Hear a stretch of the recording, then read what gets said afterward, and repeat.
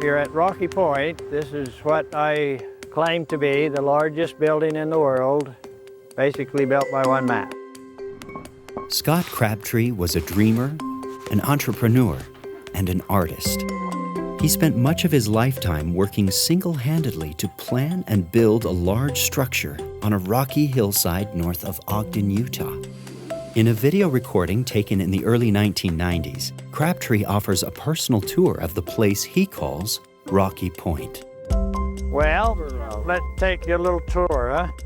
In 1962, there wasn't a tree, there wasn't anything except just the rock up here on this hill, and I figured that this would be an ideal spot to build a destination resort.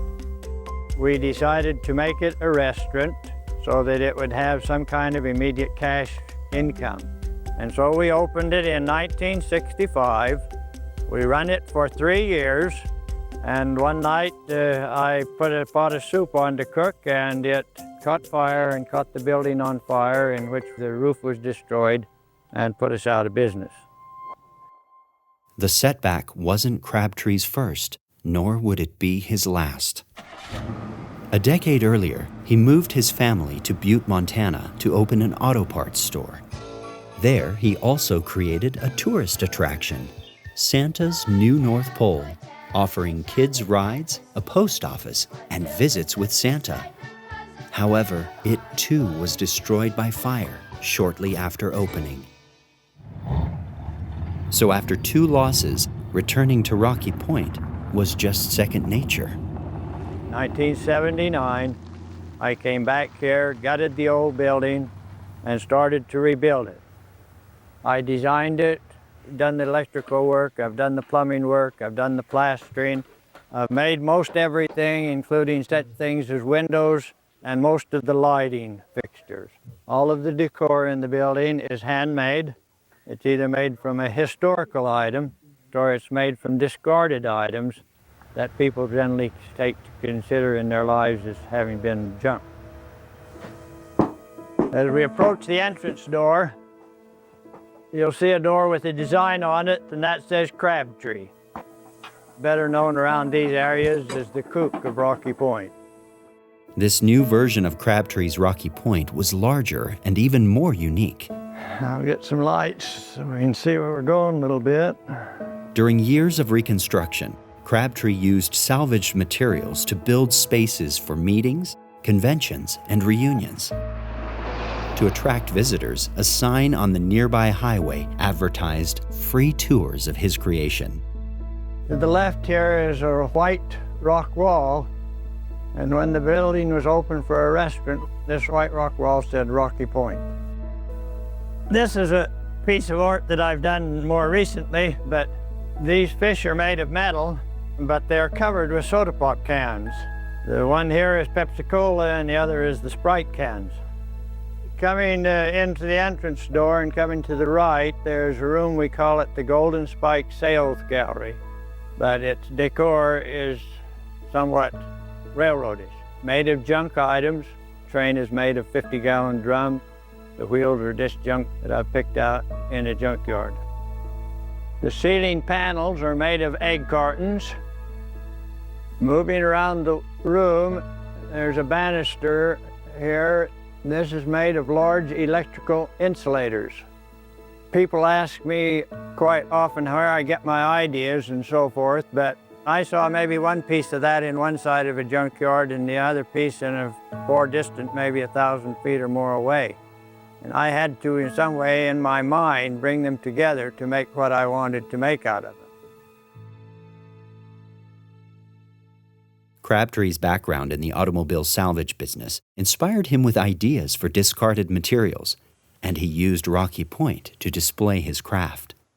Each room in the building I've tried to make with a different motif, and I call this room antique. And so to make lights for this room, I wanted to have something that was commonplace to ancient cultures.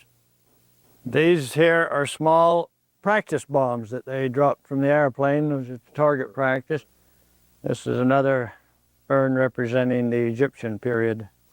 Down here in the corner is another piece that's made mostly of automobile parts.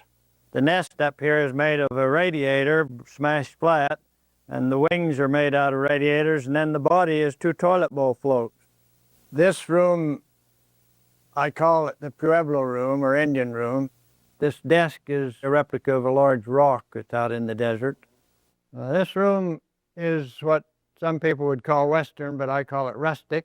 It's primarily covered with bourne wood. This is another of the fireplaces in the building. This room I call the Heritage Room because it reflects the heritage of my people. On the wall here on the east side is a design, but I used velvet and the potato sack to give it a little bit of the Idaho flavor. There's 2 sets of stairs. As we look back down the stairs, the chandelier hanging is made up of an old section of a fence. Here we move into a room which is representative of the Asiatic. The bell is made from an oxygen tank. This is the 3rd fireplace, and this fireplace is made from a jet engine. Over on the wall now is my bird of paradise. Now out of the bar we move into the ballroom. We call it the colonial ballroom. Most people still today can recognize this center part of this flower as an automobile radiator. The piece going back and forth is soldered at each joint here in that cropper, and that's what I weave to make these various items. This is what I call the Utah room, and I used the radiator material and have woven it on wall panels. This is a piece of artwork that's made out of primarily automobile parts. It's called the Joshua tree.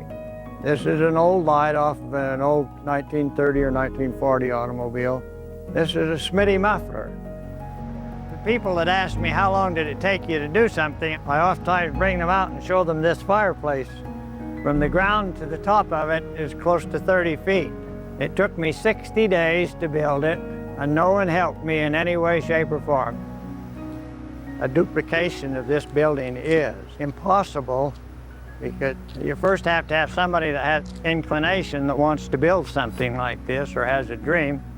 And a lot of people do have a dream, but most of the time it ends up being that, just a dream. So what does that depict? The finished product or just a direction you could go? Just a finished product if you live long enough and come up with enough money and so forth.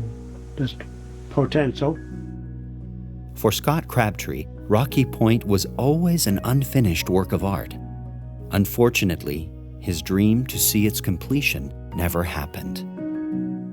In November of 1996, the building caught fire again. This time, Crabtree lost everything.